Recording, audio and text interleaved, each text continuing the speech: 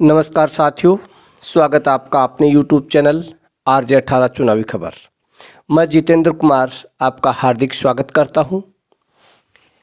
आज हम लोकसभा चुनाव 2024 में चूरू लोकसभा सीट पर कौन सी पार्टी का कितना प्रभाव है, इसके बारे में आज हम अपने इस वीडियो में चर्चा करेंगे कि कौन सी पार्टी यहाँ से चुनाव जीत सकती है। लोकसभा चुनाव 2024 में से पहले हम चूरू लोकसभा की जो सभी विधानसभा सीटें हैं, उन विधानसभा सीटों का बारीकी से अध्ययन करेंगे, जानकारी करेंगे कि किस पार्टी का किस सीट पर कितना प्रभाव है, कौन सी पार्टी किस सीट पर लीड लेकर आ रही है, उनके बारे में हम अपने इस वीडियो में चर्चा करेंगे।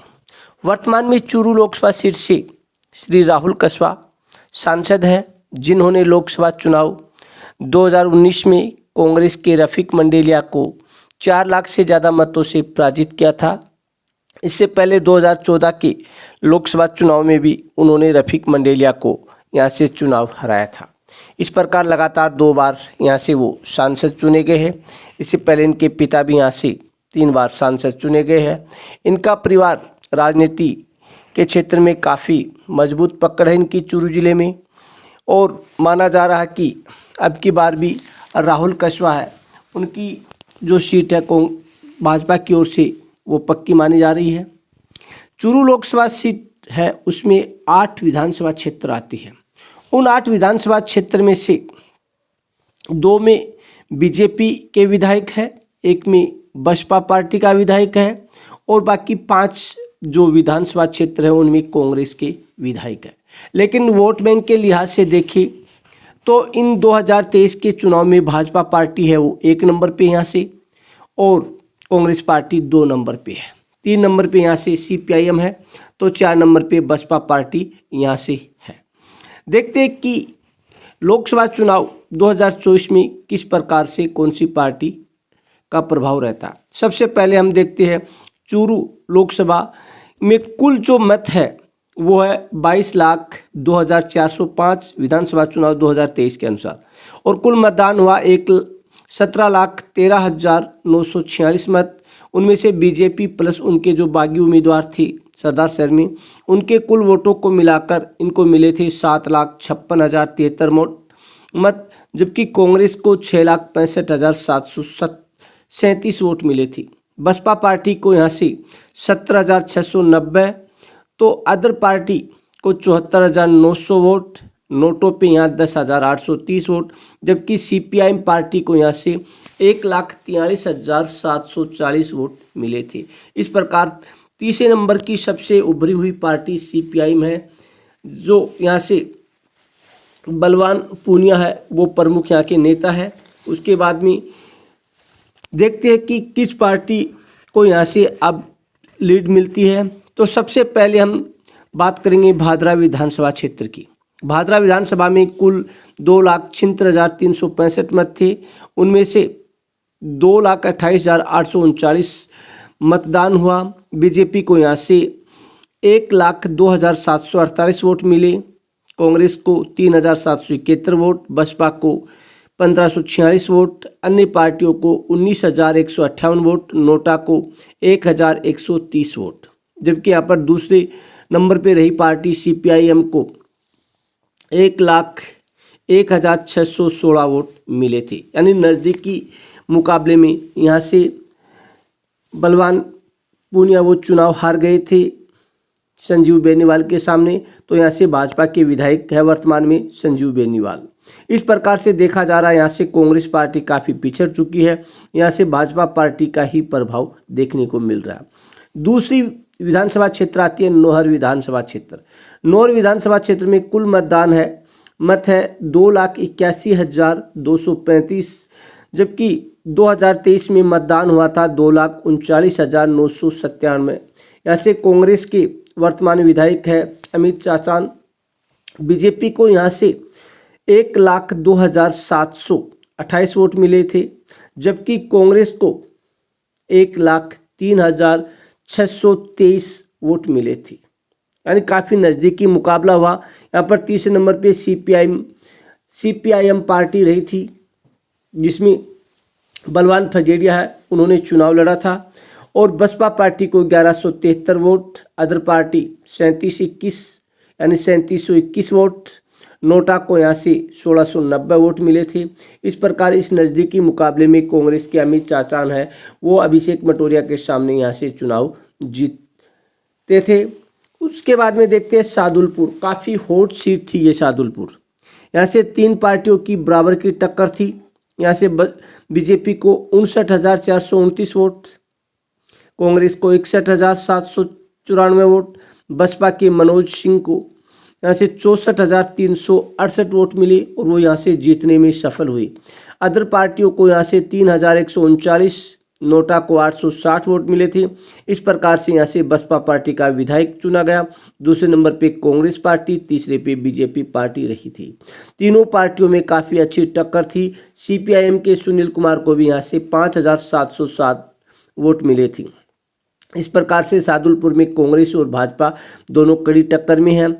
अब देखते हैं बसपा पार्टी का वोट बैंक है वो किधर खिसकता है।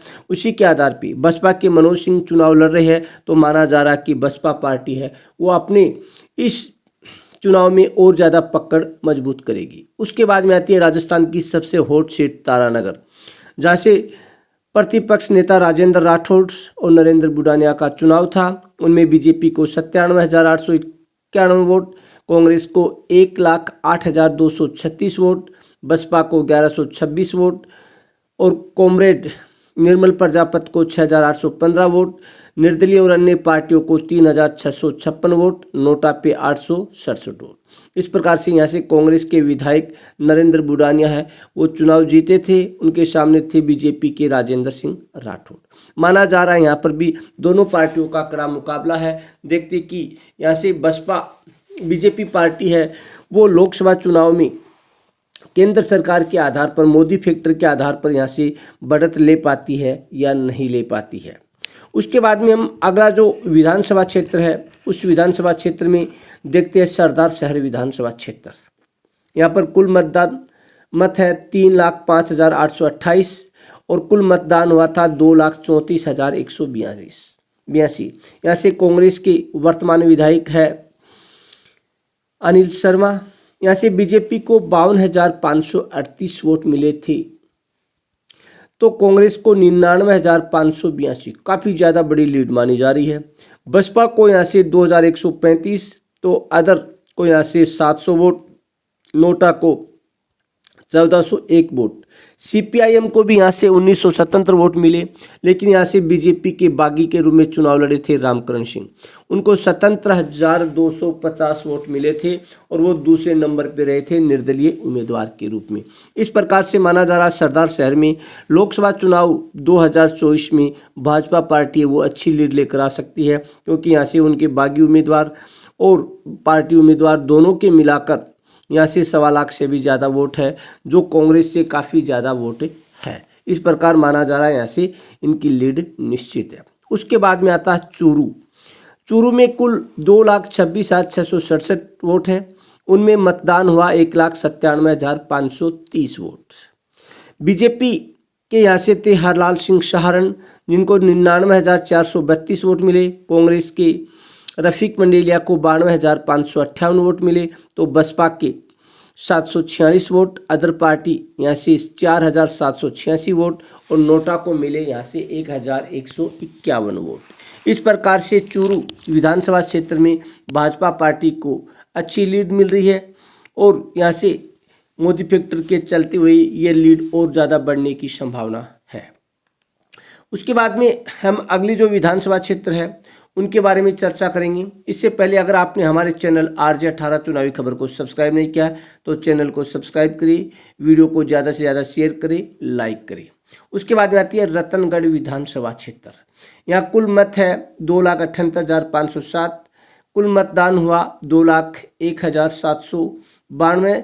बीजेपी को यहाँ से 79,720 वोट मिले, जबकि कांग्रेस को यहाँ से 1,09,383 वोट मिले थे। यानी यहाँ से भाजपा पार्टी वो काफ़ी पिछड़ चुकी है। यहाँ से बीजेपी पार्टी की बजाय कांग्रेस पार्टी को अच्छी लीड मिली। बसपा को 1,145, अन्य जो थी उनको 10,666 वोट मिले थे। नोटा पर यहाँ से 1,943 वोट पड़े, CPIM को 801 वोट मिले। इस प्रकार से रतनगढ़ जो भाजपा का गढ़ मानी जा रही है, वहाँ से कांग्रेस पार्टी का विधायक पूसाराम गोदारा चुने गए थे। लेकिन लोकसभा चुनाव में ये तस्वीर अलग ही नजर आ रही है, क्योंकि भाजपा का गढ़ है रतनगढ़ और साथ में मोदी का प्रभाव चल रहा है। नरेंद्र मोदी के नाम पे यहाँ से वोट है वो डाले जाएंगे। इस प्रकार से माना जा रहा रतनगढ़ भी भाजपा का गढ़ है। उसके बाद में हमारा अगला विधानसभा क्षेत्र आता है सुजानगढ़, जहाँ कुल मत है 2,89,506, मतदान हुआ 1,99,201। यहाँ से बीजेपी को वोट मिले 84,337 वोट, जबकि कांग्रेस को 86,790 वोट। यहाँ से RLP पार्टी ने अच्छे वोट खींचे, यहाँ से 19,438, और माना जा रहा है यही भाजपा की हार का कारण बन गई थी। अदर पार्टी यहाँ से 9,636, नोटा पे 1,788। इस प्रकार नज़दीकी मुकाबले में यहाँ के बीजेपी प्रत्याशी संतोष मेघवाल है, वो मनोज मेघवाल से नज़दीकी मुकाबला हार चुकी है। इस प्रकार से लेकिन यहाँ सुजानगढ़ में माना जा रहा है कि लोकसभा चुनाव 2024 में दोनों पार्टियों का नज़दीकी मुकाबला है। अब देखते हैं कि RLP अदर और जो अन्य जो मतदाता थे उनका रुझान किधर जाता है, उसके आधार पर ही अगला नतीजा है वो तय होगा। अगर आपने अभी तक हमारे चैनल RJ18 चुनावी खबर को सब्सक्राइब नहीं किया तो चैनल को सब्सक्राइब करिए, वीडियो को ज़्यादा से ज़्यादा शेयर करें, लाइक करें तथा कमेंट करके आप अपने विधानसभा क्षेत्र के प्रत्याशी के बारे में अपनी ज़रूर राय दें। कमेंट में आप अपने विधानसभा क्षेत्र का नाम भी ज़रूर लिखें तथा अपनी राय जरूर दें। अगर आपको ऐसा लग रहा है कि राजस्थान की आपकी अन्य जो किसी लोकसभा सीट के बारे में आपको जानकारी प्राप्त करनी है तो उनके लिए भी आप कमेंट में ज़रूर अपनी राय दें, और साथ में आप अपने विधानसभा क्षेत्र, अपने लोकसभा क्षेत्र के बारे में भी जरूर राय दें कि वहाँ से कौन सी पार्टी है वो मजबूत स्थिति में है, कौन सी पार्टी का प्रत्याशी यहाँ से ज़्यादा वोट प्राप्त कर सकता है। अगर आपने चैनल को सब्सक्राइब नहीं किया तो सब्सक्राइब करें, लाइक करें, शेयर करें। इसी के साथ जय हिंद।